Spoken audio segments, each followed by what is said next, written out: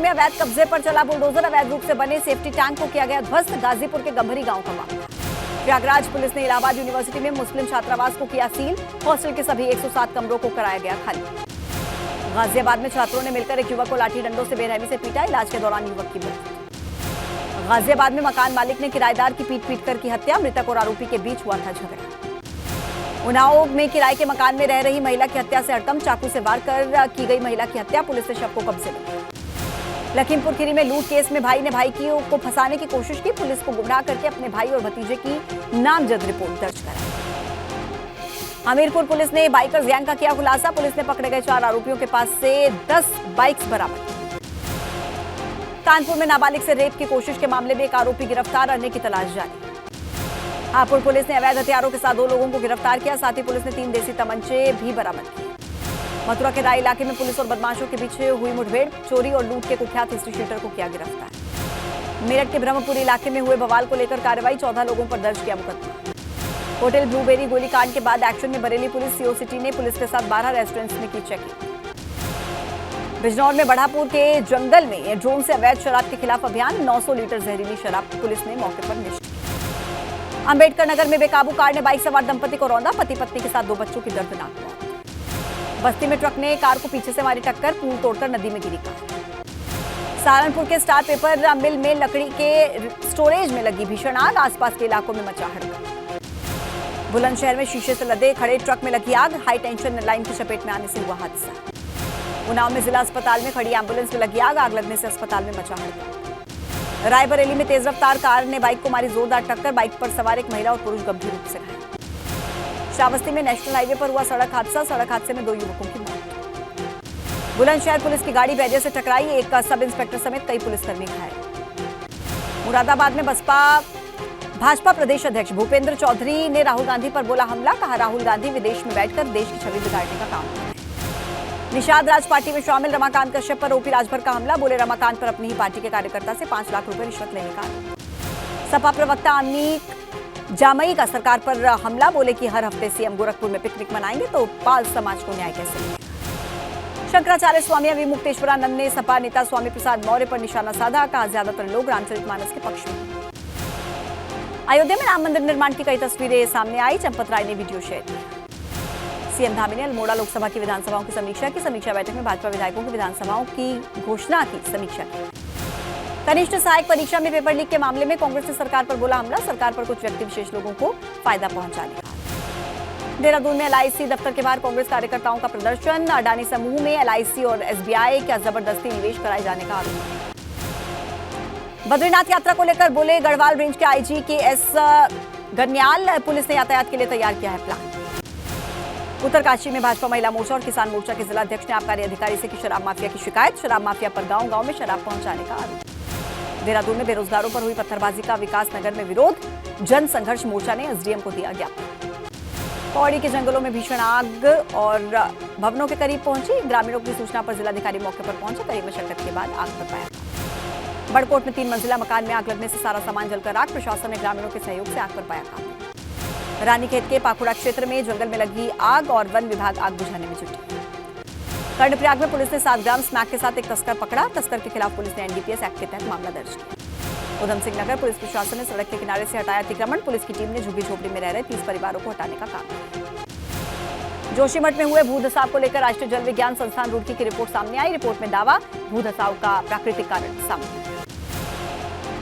विकासनगर में स्वच्छता के क्षेत्र में बेहतर काम के लिए सम्मान पुरस्कार लेकर लौटी निकिता चौहान का ग्रामीणों ने किया स्वागत। टिहरी में घनसाली मयाली केदारनाथ रास्ते की बदहाल स्थिति, स्थानीय लोगों के साथ ही दूर दराज से आने वाले यात्रियों को भी हो रही दिक्कत। बुलंदशहर में होली मिलन समारोह में जमकर नाचे नोएडा सांसद डॉक्टर महेश शर्मा, ठुमके लगाते सांसद का वीडियो सोशल मीडिया पर वायरल। आगरा में अपनी बिल्ली के साथ केंद्रीय मंत्री एसपी सिंह बघेल ने पत्नी के साथ किया रैंप पर कैटवॉक का वीडियो वायरल। लखनऊ में एक बंदर की अनोखी पूजा, ये बंदर बाबा बुद्धेश्वर दरबार में रोज दर्शन के लिए आता है। नौकरी के चक्कर में सिद्धार्थनगर का रहने वाला युवक बहरीन में फंसा, वीडियो बनाकर पीएम से लगाई गुहार। हमीरपुर पुलिस ने मध्य प्रदेश नंबर की स्कॉर्पियो गाड़ी बरामद की, बीते 1 महीने से नगर पालिका में लावारिस खड़ी थी स्कॉर्पियो। गोंडा में मिलावटी मिठाइयों को लेकर बोले सांसद बृजभूषण शरण सिंह, मिलावटी मिठाइयां खाने में लोग कैसे होंगे स्वस्थ। औरैया के विधि चंद और मदार दरवाजा के मकानों में दरार आने से लोगों में दहशत का माहौल। दरारों की जांच करने आईआईटी कानपुर की टीम पहुंची। बदायूं में अज्ञात जानवर ने पालतू भेड़ों पर किया हमला। हमले में 16 भेड़ों को उतारा मौत के घाट। देहरादून में भाजपा के प्रदेश अध्यक्ष महेंद्र भट्ट के आवास पर होली मिलन समारोह का आयोजन। देहरादून में भारतीय वैश्य महासंघ ने किया होली मिलन समारोह का आयोजन। समारोह में सांस्कृतिक कार्यक्रम भी आयोजित किए गए। देहरादून में पूर्व मुख्यमंत्री त्रिवेंद्र सिंह रावत के आवास पर मनाई गई होली। बड़ी संख्या में भाजपा के नेता पूर्व मुख्यमंत्री को होली की बधाई देने पहुंचे। हल्द्वानी में पर्वतीय उत्थान मंच की तरफ से होली का भव्य कार्यक्रम। लोगों ने होलियारों की टोलियों को रंगुलाल से स्वागत किया। वाराणसी के 80 घाट पर रंगारंग कार्यक्रम का आयोजन। भगवान शिव को होली के गीतों के जरिए रंगांजलि दी गई। सहारनपुर में मौलाना अरशद मदनी ने होली मिलन कार्यक्रम में शिरकत की। कहा, हमें आपसी भाईचारे के साथ रहना चाहिए। मेरठ में चढ़ने लगा होली का रंग। मोरी पाडा शुक्लो इलाके में चौक में खेली गई बरसाने की होली के त्योहार को लेकर ट्रेन बसें यात्रियों से खचाखच भरी। चंदौली के मुगलसराय स्टेशन पर यात्रियों की जबरदस्त। आगरा में त्योहारों के मद्देनजर प्रशासन ने किए पुख्ता इंतजाम। शहरों को 6 सेक्टर्स में बांटा गया। त्योहार के मद्देनजर रायबरेली का पुलिस महकमा भी अलर्ट मोड पर। शराब की दुकानों पर छापेमारी करके जांच पड़ताल लगातार जारी। होली को देखते हुए गाजियाबाद पुलिस ने पोस्टर पार्टी यूनिट बनाई है और कार्यक्रम का भी आयोजन किया। पोस्टर पार्टी यूनिट में दंगा नियंत्रण का सामान और पेंट ब्रश भी सभी सामान रखा। सहारनपुर में होली को लेकर अलर्ट मोड पर पुलिस। संवेदनशील इलाकों में आला अधिकारियों ने भारी पुलिस फोर्स के साथ निकाला पैदल मार्च। उमेश पाल हत्याकांड के बाद यूपी पुलिस अतीक गैंग की कमर तोड़ने में जुटी हुई है। हत्याकांड के 2 हफ्ते के अंदर ही पुलिस ने अतीक के एक और गुर्गे का काम खलास कर दिया और 2 का काम खलास, अब बाकी 5 की तलाश।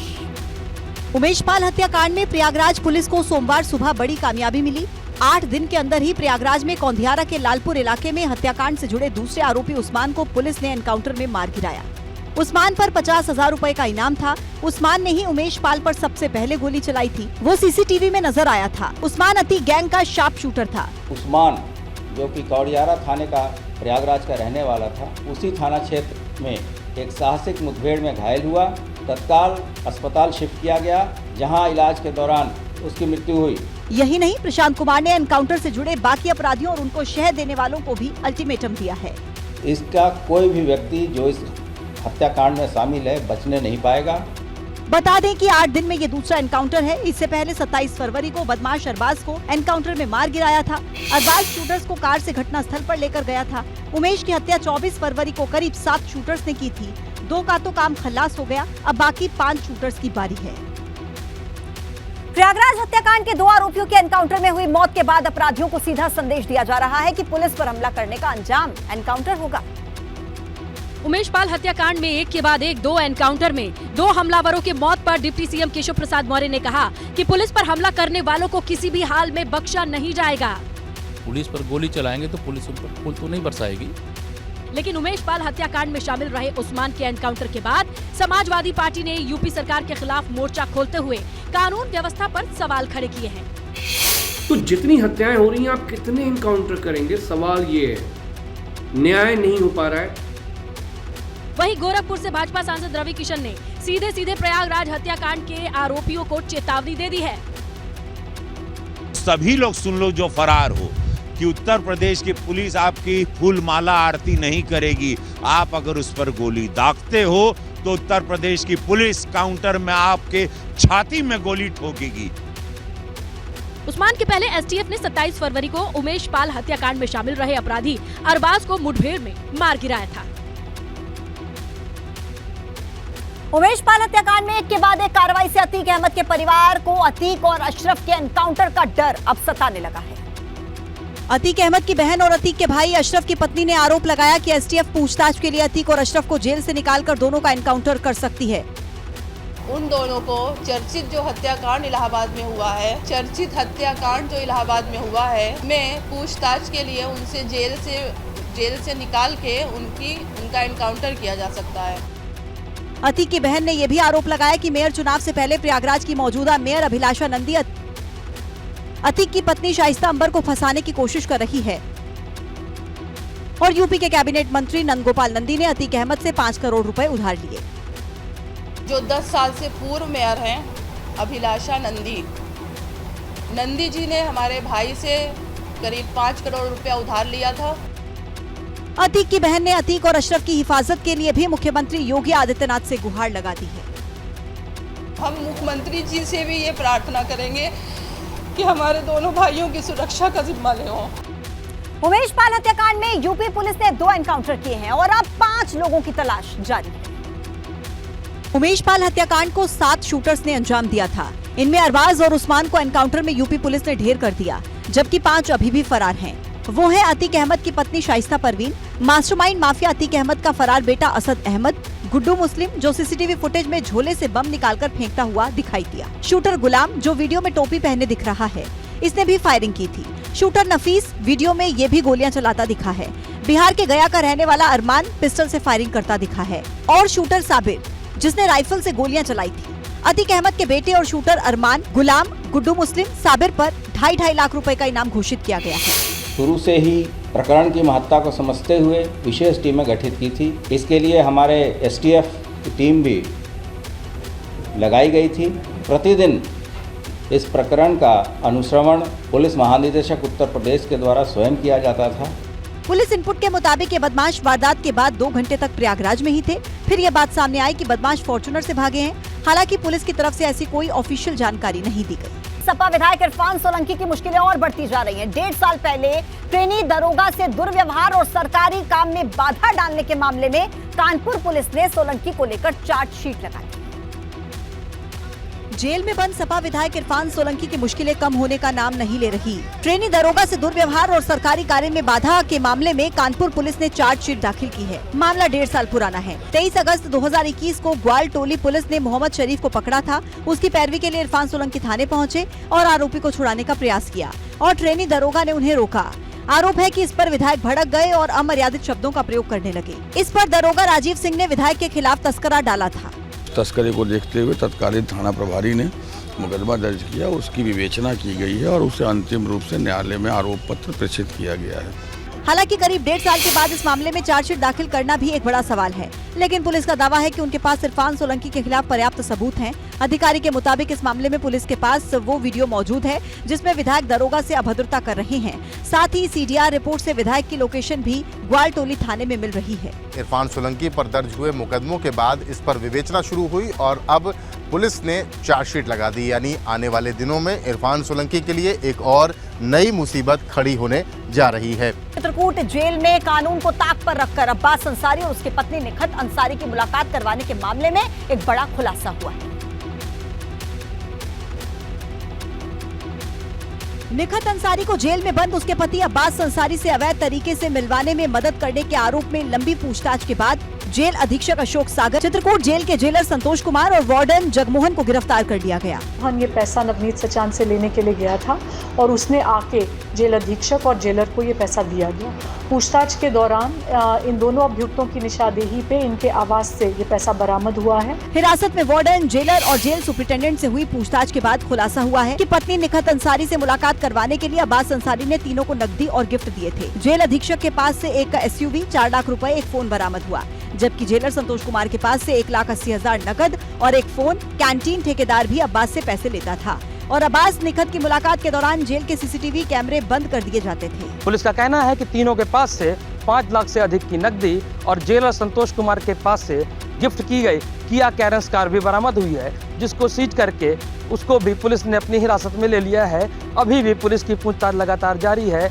आगे देखिए कौन कौन और बड़े चेहरे पुलिस की रडार में आते हैं। उत्तर प्रदेश के मुख्यमंत्री योगी आदित्यनाथ ने गन्ना किसानों को होली की बड़ी सौगात दी है। सीएम योगी आदित्यनाथ ने गन्ना किसानों को 77 ट्रैक्टर गिफ्ट किया है। कार्यक्रम को संबोधित करते हुए सीएम ने कहा, हमने बंद चीनी मिलों को शुरू कराया और गन्ना किसानों के बकाये का भुगतान किया। आज किसान की हालत में सुधार हो रहा है। तो किसान होता है, उसकी कोई जाति, कोई मत और कोई मजहब नहीं होता। 2017 के पहले क्या स्थिति थी प्रदेश के अंदर किसानों की? पानी नहीं मिल पाता था, बिजली नहीं मिलती थी। सीएम ने यह भी दावा किया कि पिछले 6 साल में एक भी किसान आत्महत्या के लिए मजबूर नहीं हुआ, जिस पर किसान नेता राकेश टिकैत ने उत्तर प्रदेश सरकार से किसानों के साथ छलावा करने का आरोप लगाया। इक्विपमेंट पे, एग्रीकल्चर इक्विपमेंट पे छूट आती है, ये पहले से आती हुई आई। ये काम नहीं कर रहे, समर्थन मूल्य बढ़ा रहा, क्या उस पर खरीद हो रही किसी की? इससे पहले रविवार को सपा के राष्ट्रीय महासचिव शिवपाल यादव ने यूपी सरकार को घेरते हुए किसानों की हालत को अंग्रेजों के दौर से तुलना की थी। आलू की क्या हालत है, सड़कों पर पड़ा हुआ है, लागत भी किसान की नहीं निकल पा रही है। ये सरकार बिल्कुल अंग्रेजों से भी बदतर सरकार है इस समय। अयोध्या में श्री राम मंदिर का निर्माण बहुत तेजी से हो रहा है। दावा किया जा रहा है कि मंदिर निर्माण का 75% काम पूरा हो चुका है, जिसका सबूत है ये वीडियो। आपकी स्क्रीन पर जो ये वीडियो है उसे श्री राम जन्मभूमि तीर्थ क्षेत्र के महासचिव चंपत राय ने शेयर किया। 20 सेकंड के इस वीडियो में नजर आ रहा है कि राम मंदिर कितना भव्य बनने जा रहा है। मंदिर के बड़े बड़े नक्काशीदार खंभे खड़े दिखाई दे रहे हैं। सूत्रों के मुताबिक अगस्त से सितंबर के बीच श्री राम मंदिर के ग्राउंड फ्लोर का काम पूरा हो जाएगा, जिसमें छत और बीम का काम भी शामिल है। श्री राम जन्मभूमि तीर्थ क्षेत्र ट्रस्ट ने भी श्री राम मंदिर आंदोलन से जुड़े हुए सभी मठ और मंदिरों के धर्माचार्यों को मंदिर दर्शन के लिए रविवार को आमंत्रित किया था। होली से ठीक पहले मंदिर निर्माण की प्रगति देखकर संत समाज अभिभूत हो गया। पहले हम लोग भी जो भी मंदिर से हनुमानगढ़ी से निकलता है तो हम लोग भगवान के साथ होली खेलने के लिए। श्री राम मंदिर 70 एकड़ की जगह में बन रहा है, जो 400 से ज्यादा स्तंभों पर टिका होगा। मंदिर निर्माण में 350 से ज्यादा लोग दिन रात लगे हुए हैं। इसके पहले केंद्रीय गृह मंत्री अमित शाह ने त्रिपुरा में एक जनसभा को संबोधित करते हुए कहा था कि 1 जनवरी 2024 को अयोध्या का राम मंदिर तैयार मिलेगा। बुधवार को होली मनाई जाएगी और ऐसे में त्योहार के मौके पर लोग अपने शहर और गाँव की तरफ निकल पड़े हैं, जिसका असर इन दिनों ट्रेनों और रेलवे स्टेशन पर नजर आने लगा है।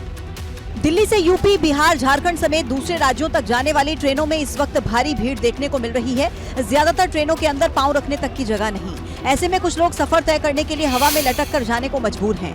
दिल्ली से आ रहे हैं, सासाराम जाना है, बहुत दिक्कत। ट्रेनों की जनरल और स्लीपर बोगियों में सफर कर रहे लोगों को सबसे ज्यादा मुश्किलों का सामना करना पड़ रहा है। सिर्फ वेटिंग टिकट वाले यात्री ही नहीं, बल्कि वो लोग भी खड़े रहकर सफर करने को मजबूर हैं, जिनके टिकट कंफर्म हैं। हालांकि यात्रियों की सहूलियत के लिए कई स्पेशल ट्रेनों के अलावा बाकी ट्रेनों के डिब्बे भी बढ़ाए गए हैं। के कारण है कि इस रूट की गाड़ी अभी तक है नहीं, सुबह से आए यही एक आए, इसके बाद फिर गाड़ी नहीं। जो हमारी रेगुलर शेड्यूल ट्रेन हैं, जिनको पॉपुलर रूट्स पे जो चल रही हैं, उन पे भी हमने करीब 83 एडिशनल कोचेस लगाए हैं 41 गाड़ियों में। इस बार अब हम करीब 35 विशेष रेलगाड़ियां अब तक अनाउंस कर चुके हैं। भारी भीड़ की वजह से ट्रेनों में जिन्हें सीट मिल गई वो पूरे सफर तक वहीं बैठे रहने को मजबूर हैं, लेकिन जो जैसे तैसे ट्रेन में चढ़ गए हैं उन्होंने ट्रेन के टॉयलेट तक पर कब्जा जमा रखा है।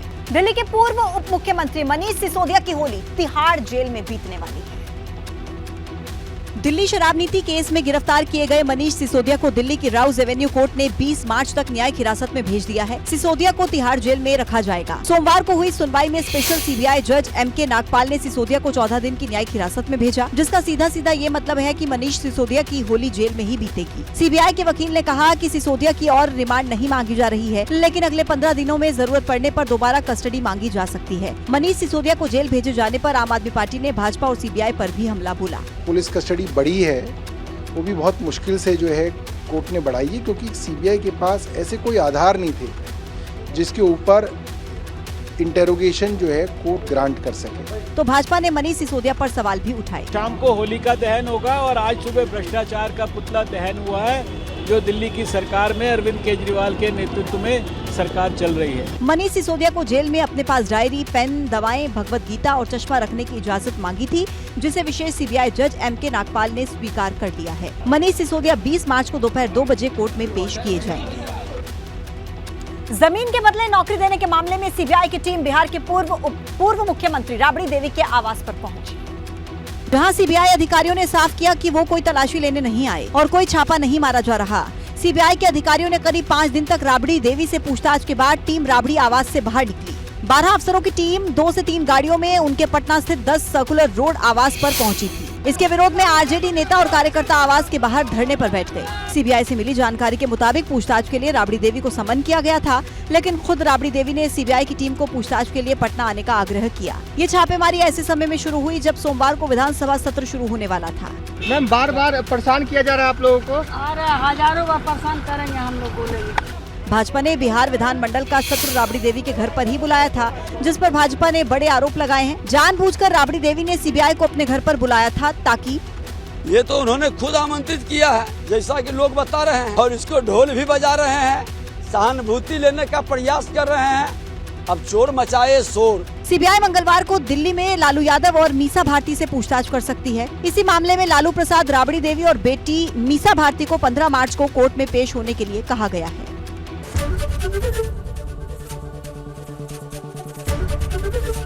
एबीपी गंगा, खबर आपकी, जुबान आपकी।